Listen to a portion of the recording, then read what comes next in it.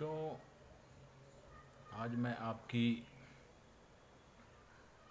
LLB first semester की जो class शुरू करने जा रहा हूँ, तो उसमें हमारा सब्जेक्ट लॉ ऑफ कॉन्ट्रैक्ट है, यानी संविदाओं की विधि या संविदा विधि। तो संविदा विधि क्या है, संविदा विधि से हम क्या समझते हैं और संविदाओं का क्या महत्व है हमारी ज़िंदगी में, हमारे समाज में। संविदा की कहाँ कहाँ हमको किस प्रकार से ज़रूरत है और कहाँ हमको संविदाओं का सहारा लेना पड़ता है। तो हमारा सब्जेक्ट ही संविदा विधि है और उस सब्जेक्ट को आपको जो उसका बेसिक कॉन्सेप्ट है, सामान्य सिद्धांत, वह आपको एलएलबी फर्स्ट सेमेस्टर में मैं पढ़ाऊँगा। जैसा कि उसका सेकंड पार्ट है कॉन्ट्रैक्ट सेकंड, वो आपको सेकंड सेमेस्टर में पढ़ाऊँगा। तो हमारा जो सिलेबस है वो सेक्शन 1 से 75 तक है, सीमित सिलेबस है। तो यहाँ पर आपको बेसिक चीज़ों का ज्ञान होना ज़रूरी है। तो हम जब संविदाओं की बात करते हैं, संविदा क्या है, तो वर्तमान में आने वाले समय में संविदाओं का हम क्या उपयोग करेंगे, क्या उसकी उपयोगिता है हमारे जीवन में और विधि के जीवन में, क्या लीगलिटी है, क्या वहाँ पर किस प्रकार की संविदाओं को हम महत्व देते हैं।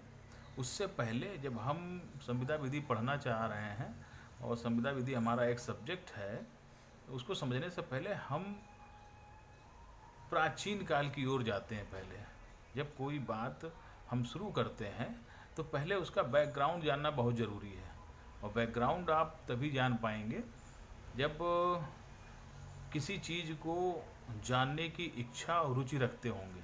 तो हम आपको आज इस संविदा विधि की पहली क्लास में, जो इसका इंट्रोडक्शन क्लास है, आपकी सब्जेक्ट इंट्रोडक्शन, मैं आपको सीधे पीछे प्राचीन काल में ले चलता हूँ। क्या संविदा विधि का कब उदय हुआ, क्यों उदय हुआ, इसके पीछे क्या क्या कारण थे संविदाओं। जब ये सारी चीज़ें को आप समझने लगेंगे तब आगे स्टेप बाय स्टेप आप उसको समझने के लायक हो जाएंगे। तो आइए हम व्हाइट बोर्ड पर आपको कुछ समझाने का प्रयास करते हैं, तो कृपया ध्यान दें बच्चों।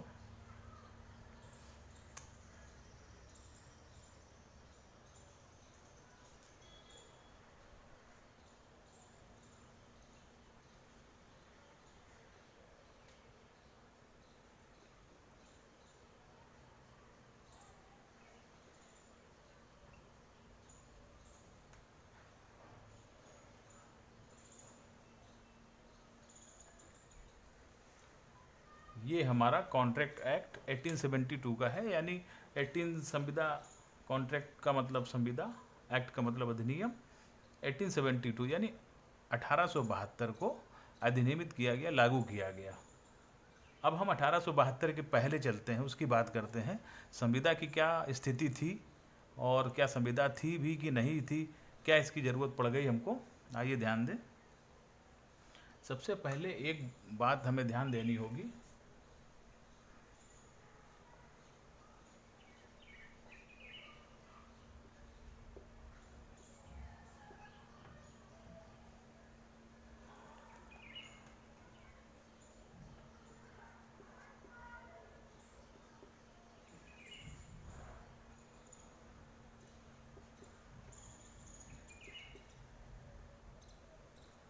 भारत में संविदा विधि,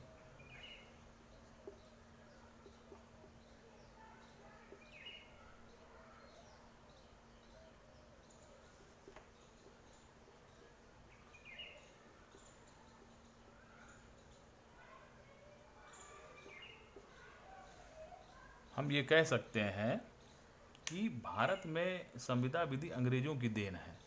इसको हमें बताने में और समझाने में और कहने में कोई शक नहीं है। इसके पीछे रीज़न क्या है वो मैं आपको क्लियर करता हूँ। आप बस व्हाइट बोर्ड पर ध्यान दीजिए।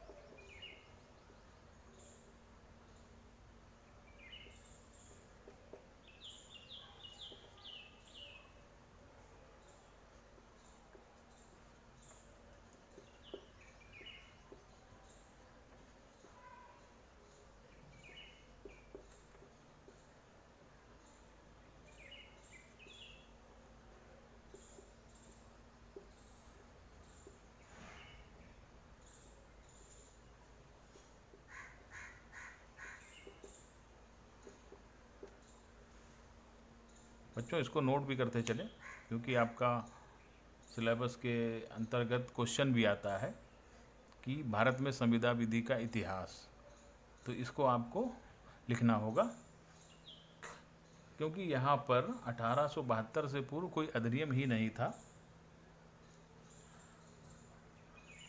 किंतु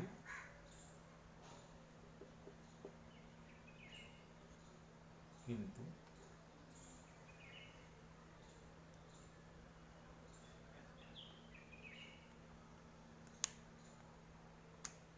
किंतु संविदा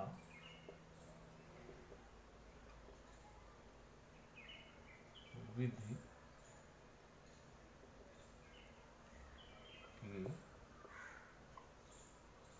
मूल तत्व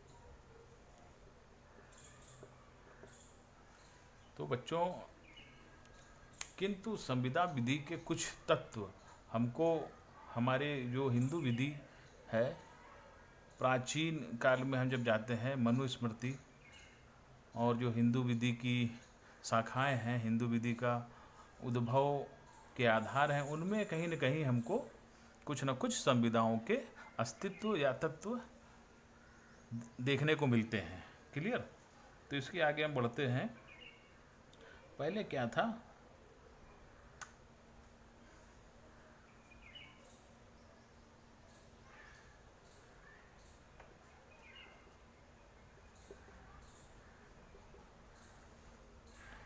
तीन काल हुए हैं, तीन काल हुए हैं। पहले काल में मनु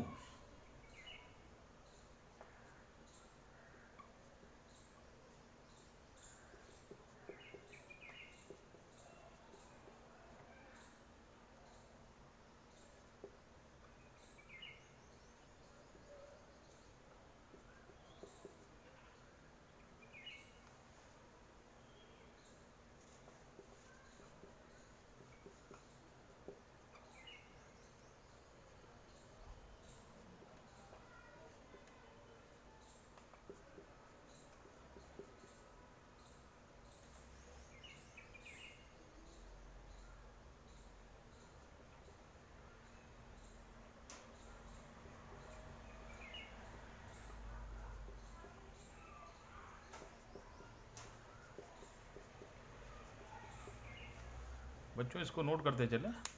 तो जब हमारा संविदा विधि अस्तित्व में नहीं आई थी, उसके पूर्व प्राचीन काल में मनु संहिता के अनुसार लिए गए ऋण की अदायगी एक कर्तव्य समझा जाता था, और जो भी ऐसे कर्तव्यों का पालन नहीं करता था, उसका जिम्मेदार वहाँ का राजा होता था कि वह ऐसे लिए गए ऋण की भरपाई करवाए।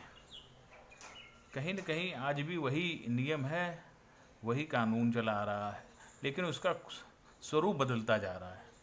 तो ये बात आप समझ गए। दूसरी बात आती है मुस्लिम काल में।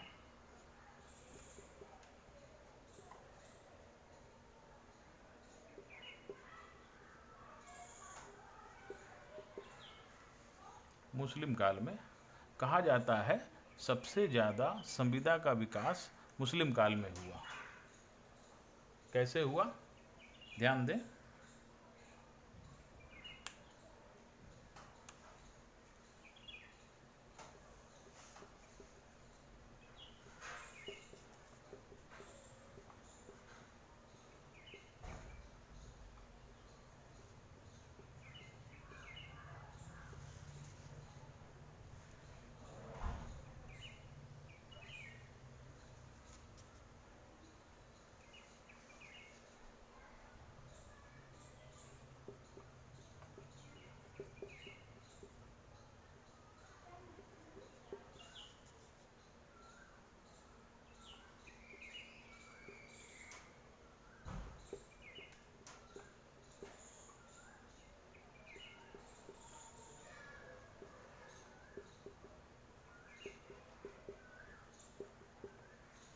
जो अरबी भाषा का शब्द अक्द है, उसका प्रयोग संविदा के स्थान पर उस समय मुस्लिम काल में किया जाता था। और यहाँ पर इस काल में हमको सबसे ज़्यादा संविदा के तत्वों को देखने को मिला है, जैसे कि प्रस्तावना, जैसे कि प्रस्थापना, स्वीकृति,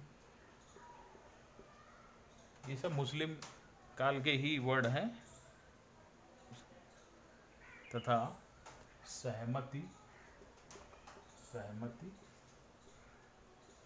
ये सब जितने भी ये तत्व आ रहे हैं, ये सब हमें मुस्लिम काल में ही पढ़ने और समझने और जानने को मिले हैं। तथा औरंगजेब के शासन काल में फतवा ए आलमगीरी,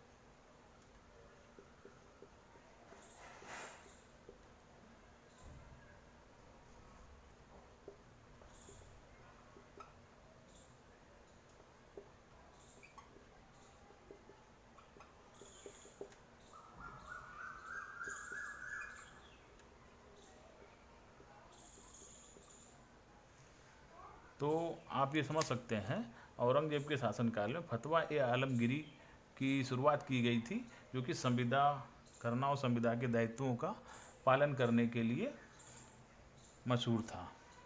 ठीक है, तो यहाँ पर भी निर्णय के रिपोर्टिंग की व्यवस्था न थी और यहाँ पर भी नहीं थी।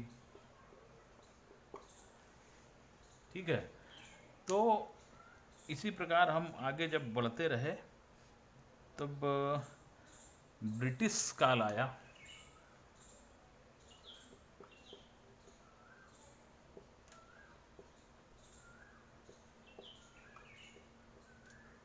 ब्रिटिश काल में क्या थी व्यवस्था? ब्रिटिश काल में सबसे पहले जो अंग्रेज आए, अंग्रेज़ों ने देखा तो उन्होंने जो संविदा इनके लिए चल रही थी, हिंदुओं के लिए जो संविदा मुस्लिमों के लिए चल रही थी, उन्होंने इनको हिंदू विधि के आधार पर छोड़ दिया, इन्होंने इनको मुस्लिम विधि के आधार पर छोड़ दिया।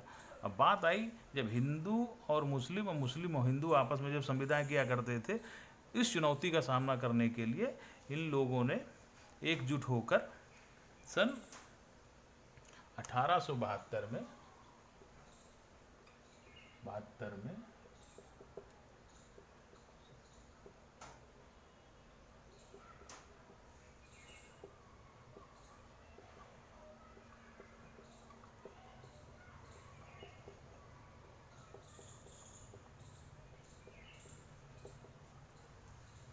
इसी प्रकार से, इसीलिए हम कह सकते हैं कि भारत में संविदा विधि अंग्रेज़ों की देन है।